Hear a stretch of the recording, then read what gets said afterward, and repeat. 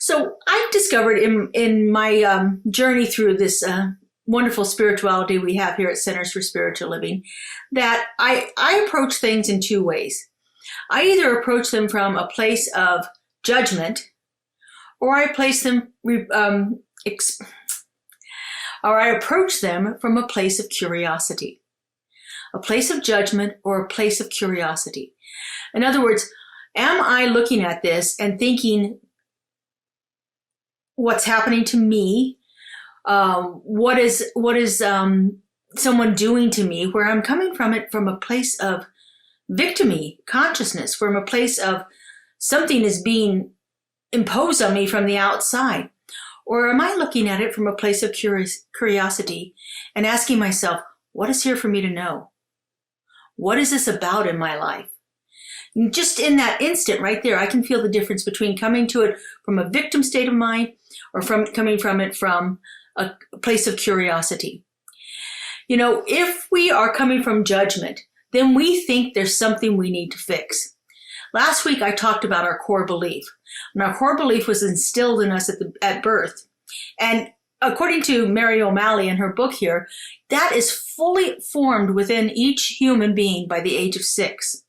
So imagine that if we are still approaching things in our lives from a belief system that was totally formed within us at birth and fully mature by the age of 6.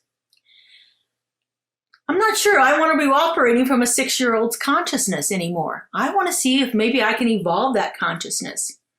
You know, there was a famous quote from Einstein that says, you can't solve a problem at the same consciousness that created it. You cannot solve a problem from the same consciousness that created it. In other words, if we are looking at something from that point of view of that 6-year-old, even if I'm in my 60-year-old body here, if I'm coming at it from a point of view of, I've got to fix something. There's something wrong here. I'm having tons of judgment about it, and I've got to fix it. Then I'm still operating in the same consciousness that created the problem. But if I can begin to come at it from a different point of view, from that state of curiosity, wonder, and awe about what's happening, even those things that I don't like that are happening to me, if I can begin to look at that from that point of view, then I begin to have a different experience in my life. So let's just take a look at a very simple example of this. So right now I am sitting in a chair. Now normally when I give a talk, I stand. It's something that I prefer to do. I feel more in alignment. I don't know, I stand up taller. It's just like there's a better voice that comes forth from me because I don't have the constriction of my diaphragm and all this stuff. I generally stand when I'm talking. But I purposely sat today because I wanted to see if you can become aware of judgments that you may be experiencing right now. And so this is a very simple, easy way of doing this. So as you noticed me sitting here in my chair, did you happen to witness any kind of judgment that you might be having about that? If you happen to notice that I'm in my office here at home, was there anything about my office that you felt judgy about? Anything in my office that kind of tweaked you? Like, I like lots of little statues and things like that, so I got a lot of them behind me. Each one of them represents a moment in my spiritual journey that's important to me. I have a plant here. I happen to love bamboo. I think that's one of the most phenomenal plants, and this was gifted to me by a dear friend, so it's very meaningful to me. Over here, I have a picture right there that my mother gave to me. It has words written on it. You probably can't read the words that are on there, and you may have judged that. Like, why put a picture in the background that's distracting to everybody because there's words on it and I can't read them. And in case you want to know, it says, "Be the change you want to see in the world." And my mother gave it to me not too long before she passed, and she didn't understand the significance of it. She didn't know it was spoken by Mahatma Gandhi and that he's a powerful influence in my life. But it means something to me. It's a beautiful representation of not only this high idea of being a transformative force in the world, but it's also of my mother. Right behind me is a painting that I did this summer. I happen to draw mandalas, and I wanted to try to see if I could put that together on a canvas. It's not perfect. It's kind of got some metallic paint on it that reflects in the light. And so maybe that was distracting to you. Maybe there was judgment. Over here on the side, you can see some cords. going to my Wi-Fi and to my printer and things like that. Maybe you thought, how unprofessional. You can't have cords in the background. But just begin to notice, what is your judgment here? What is happening within you when you see somebody behaving in a way that you don't like, or showing up the way you don't think it should be? What's happening inside of you at that moment? As I pointed these things out, did you have any kind of reaction to that? It's interesting to begin to notice the things in our life, because I can guarantee you anything that you noticed about me or my background or anything like that is magnified tenfold in how hard you are on yourself. One of my favorite singers, Michael Gott, says in one of his songs, he says, "I never say to anyone the things I say in my own mind." So what are you saying in your own mind? What are those judgments that you are having? You know, a big part of Mary O'Malley's book talks about this dualistic nature of our mind. Now, here in Centers for Spiritual Living, we believe that there's only one and everything is that one. But our functioning mind operates in a dualistic level. We have a part of us that is actually consciously thinking, and then we have a part of ourselves that's aware of what is being thought. There have been many, many names for this throughout the ages by different spiritual teachers. In her book, Mary O'Malley calls that thinking mind that's always chattering, she calls it the storyteller. That's always making up stories about things. So it's the thing that's judging. It's the thing that thinks it has to fix. Some of my favorite authors, Joel Goldsmith calls it the carnal mind. Michael Singer calls it the witness or the inner roommate. So it's that idea that there's something, I'm sorry, he doesn't call it the witness. He calls it the inner roommate. The witness is something else altogether.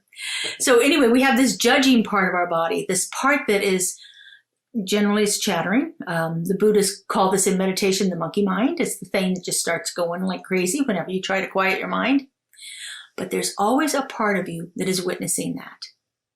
That's what Michael Singer calls the witness.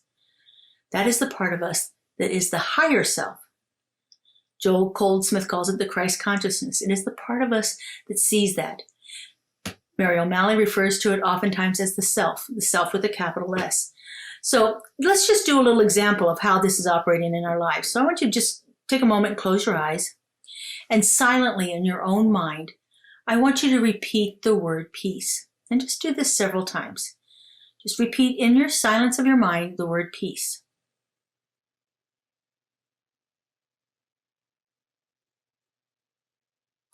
Okay. Now, there's a part of you that's saying the word peace. And there's a part of you that knows you're saying the word peace. Try it again. Say the word peace over to yourself and see if you can differentiate the part of you that is actually saying it versus the part of you that knows you are saying it.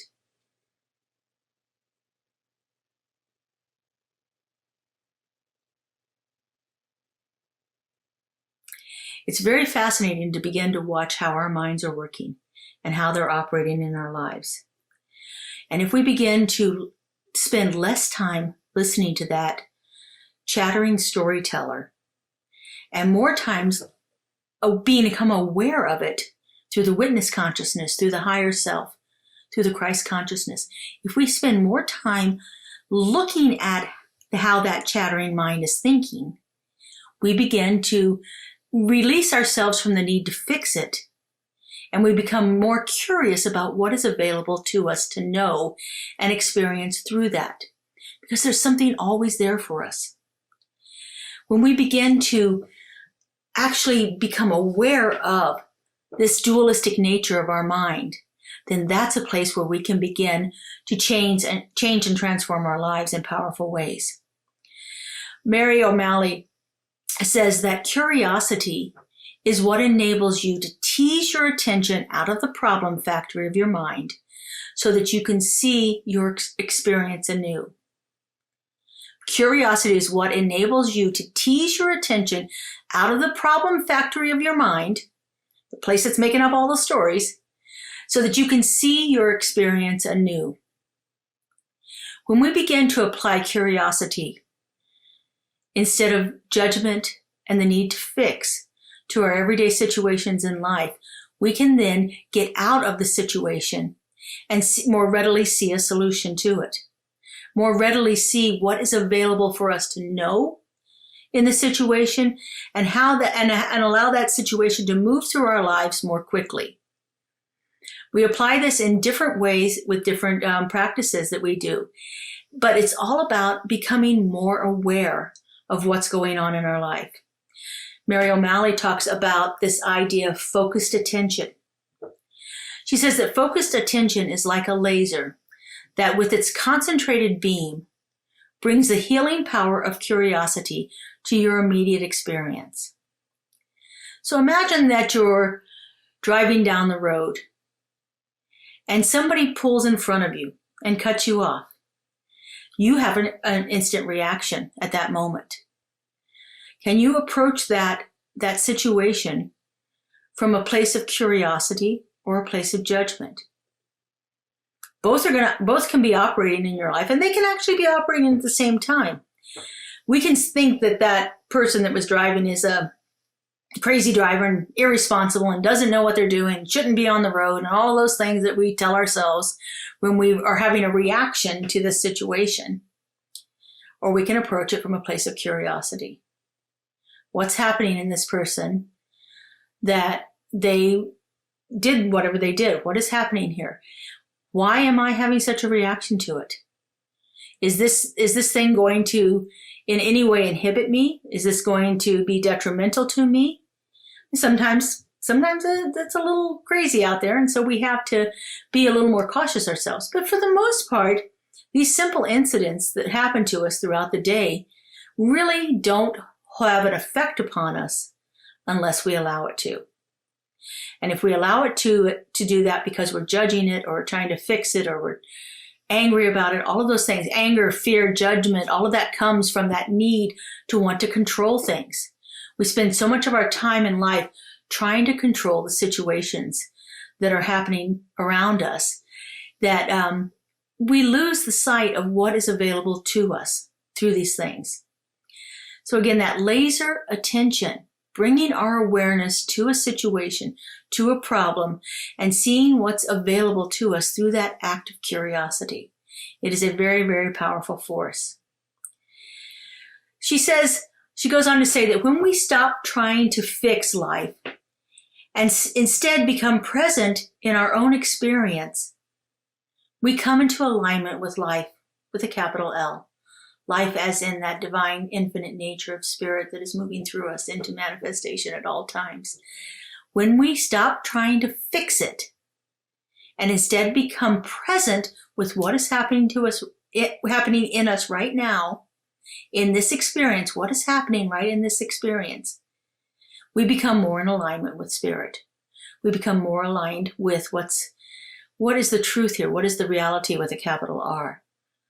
Not what my judgment is telling me about this situation, but what is here for me to know. Now, there are many, many powerful practices that we can do to help us get to this place. One of the things that I really like to work with is meditation. And meditation can be such a powerful experience if we are open to what's available there for us. So let's take a look at our bodies. And I'm going to take you through a little bit of a meditation with our body that can apply the power of curiosity to deepen our experience of it. So if you would, just get yourself all comfortable, however that works in your life. You may choose to close your eyes and take in a few conscious deep breaths. There's something really powerful about tapping into our bodies. We spend most of our time not being aware of our bodies. But when we apply the power of curiosity to it, we can deepen our ability to experience what it is we are truly experiencing in the moment. The body is a tangible way of connecting with that inner life force.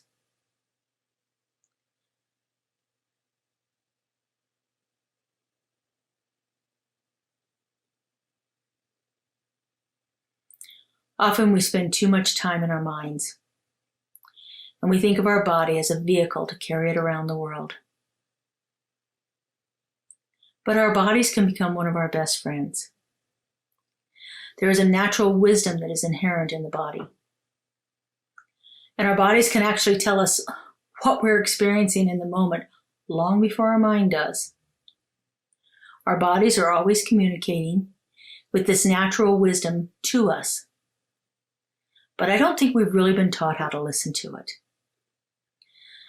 So, settling yourself into your seat, bring your awareness and your attention to your body for just a few moments.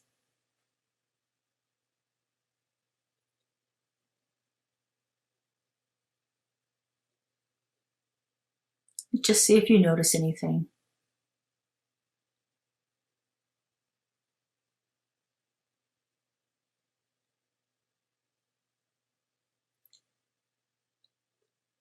Now I'd like you to see if you can identify 3 distinct sensations in your body. It may be that you're a little cold. It may be that there's someplace stiff on your body. It may be that you're feeling a sense of tightness or fullness. You've got tingles or aches. Just see if you can identify and name 3 distinct sensations that you're feeling right now.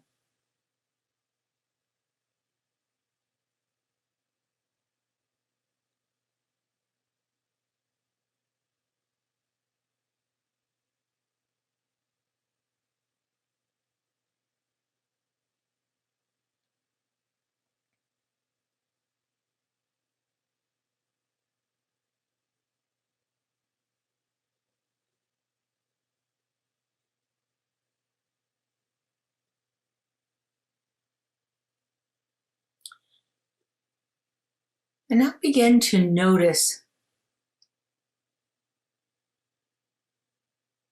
if your mind keeps moving back to that storyteller, that chattering mind that is thinking something else. And it could be any kind of thoughts. You could be saying to yourself in your mind, oh, I've done this before. Or what's the point of this? Or you might find yourself attached to one of those sensations and then go into a cycle of trying to figure out what it's about. Why is that pain there? Is there something wrong with me? I shouldn't be having this pain. Oh, that's the same pain I had 2 weeks ago. How is your storyteller acting in your mind? So sit with those sensations and just notice what's happening in your mind. When you become aware of that storyteller, see if you can bring it back to just the sensation without the judgment.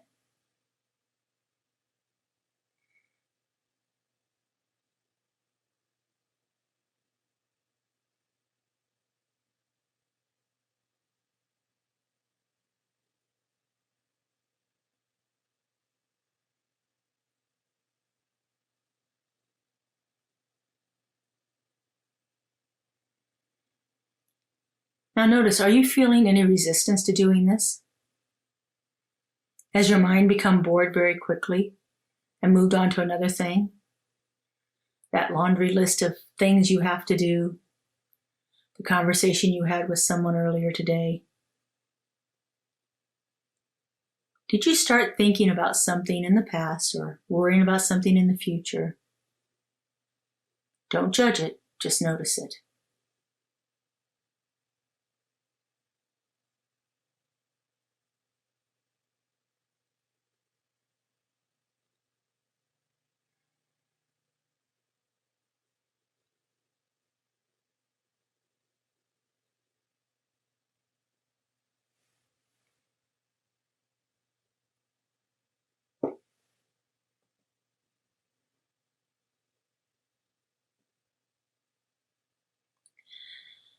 All right, just taking a couple deep breaths and bring your attention back to our time together here. Mary O'Malley says, curiosity is where the magic happens. Curiosity is where the magic happens. And what we've been exploring here tonight is what she calls true alchemy.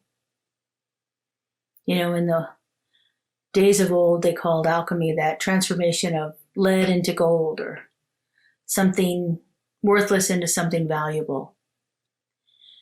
She considers this to be the alchemy of consciousness, the alchemy of unconsciousness into consciousness, moving from a state of unconscious reaction to a state of consciousness that it has that innate curiosity in it.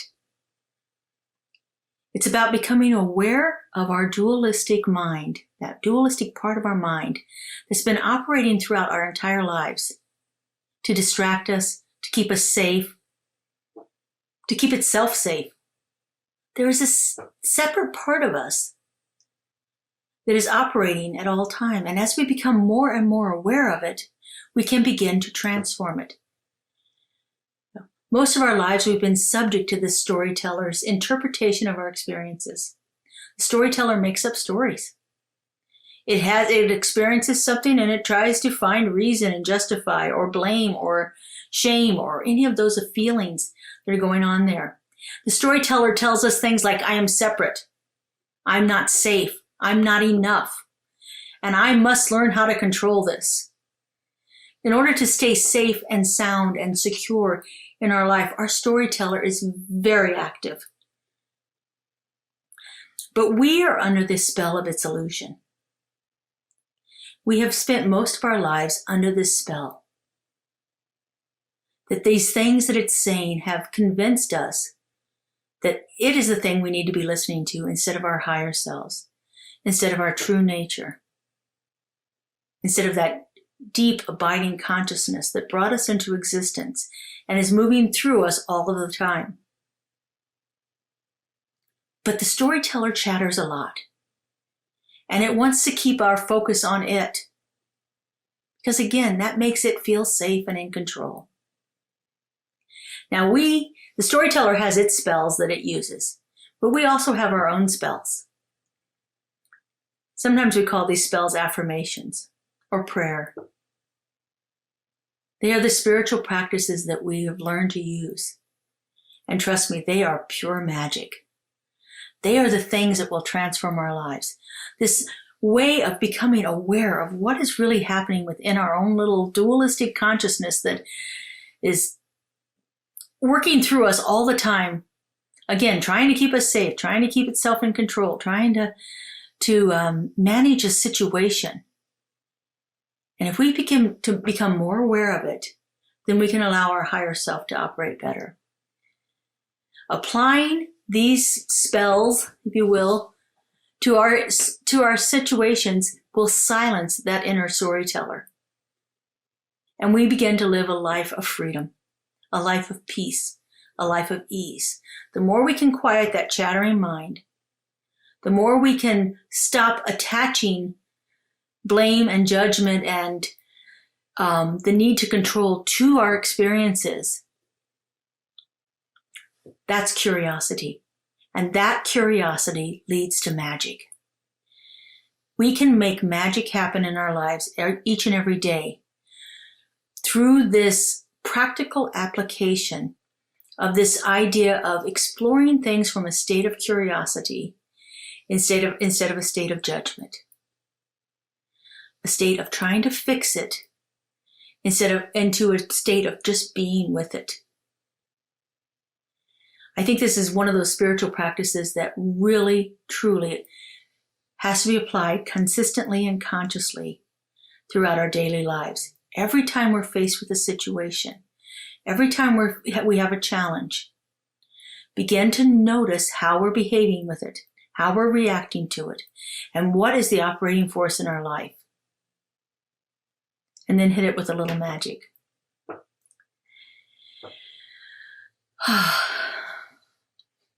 So let's take this into prayer. Again, prayer is one of our magic spells. It's one of those things that can bring about a great transformation. And so we have a form of prayer we call spiritual mind treatment. It is an affirmative prayer.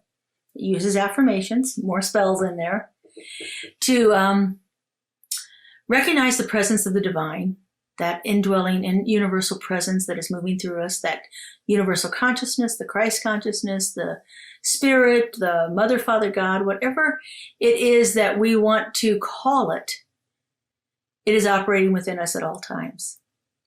Our task is to become aware of it. And through the spiritual mind treatment of recognizing that divine, that is more, solidifies it within our being. A second stage of treatment is to unify ourselves with it. If this is what spirit is, and spirit is all there is, then I've got to be part of it too. And in the third stage, we state those spiritual truths that we know, that apply to the situation we're dealing with. We give thanks and we let it go.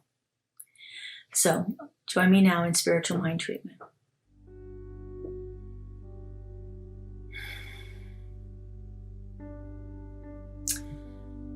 And so as I settle into this place of deep peace, I sense and feel that presence within me, right at my heart center.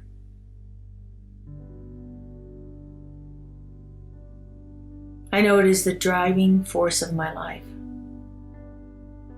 That this loving creative intelligence brought itself forth into expression as all life. Right from the very beginning, there was nothing else but this one thing.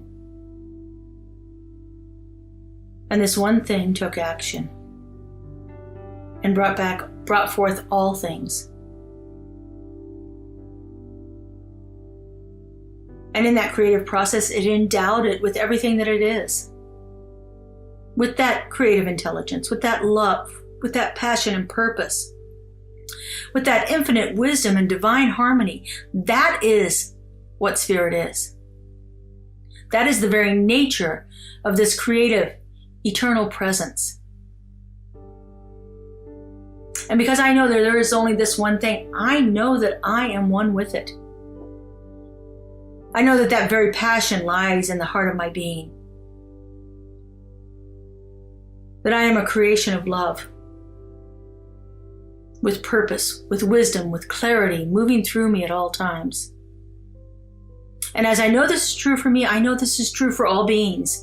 I know that each one of us is that perfect, unique emanation of the One, filled with all that the One is. That love intelligence, that eternal, infinite wisdom, that perfection and harmony. That is the truth of all life. And so, knowing this, I speak my word. I know that right here and right now, each one of us is endowed with everything we could possibly ever need to be the fullest expression of the divine right here and right now. Our only hindrance is our own inner storyteller. And as we become more aware of how it operates in our lives, we create a greater space for the divine to move through us. We create a greater space for this love intelligence to bring itself forth in expression as our lives. And boy, that's where the magic happens. That's where our lives begin unfolding under perfection and harmony and grace and ease. I am so excited to feel this. I am so excited to know this. And I give great thanks for the opportunity to just simply rest in this consciousness of one and know that it is operating right here and right now. And so I release this word into that creative mind that has absolutely no lack or limitation to it. It is pouring itself forth into expression through the most abundant and magnificent ways. And I release this word and I let it be. And so it is. Amen. Here at Center for Spiritual Living Greater Las Vegas, we are a mission and vision-driven community. We offer transformative educational opportunities, deep and meaningful moments of connection, uplifting Wednesday and Sunday services. We greatly appreciate your contributions that support the amazing work we're doing here in Southern Nevada. We have several easy ways you can contribute. We have text to give. Simply text the amount of your donation to our text to give number and you'll be prompted to enter your information. There's a link to our online donation page posted below this video where you can contribute by debit or credit card. And of course, you're always welcome to send a check to our office if that works better for you. All of your contributions go to support the great work that we're doing here in Greater Las Vegas community.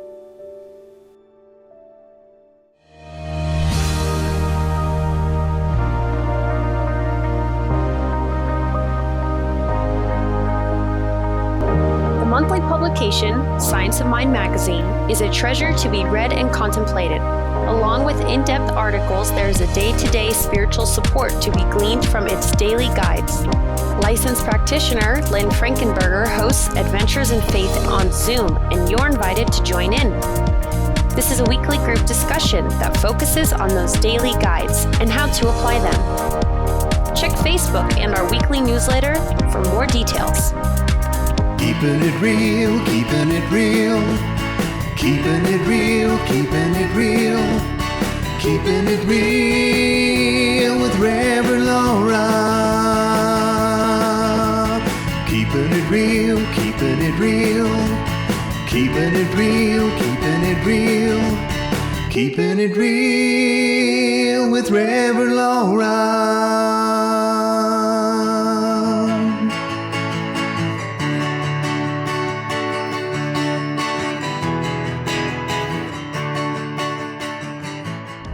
CSL Greater Las Vegas brings you much of your favorite spiritual music every Friday at 7 p.m. with Spiritual Soundscapes. Enjoy performances from CSLGLV vocalists along with special guest singers. It's music for your soul. Subscribe to the CSLGLV YouTube channel to get a convenient link sent to you for each musical performance. At CSL Greater Las Vegas, it is our mission to inspire spiritual discovery through community connection, exploration, and celebration. This mission supports the all-inclusive vision of Centers for Spiritual Living worldwide, in which we envision a world that works for everyone and all of creation.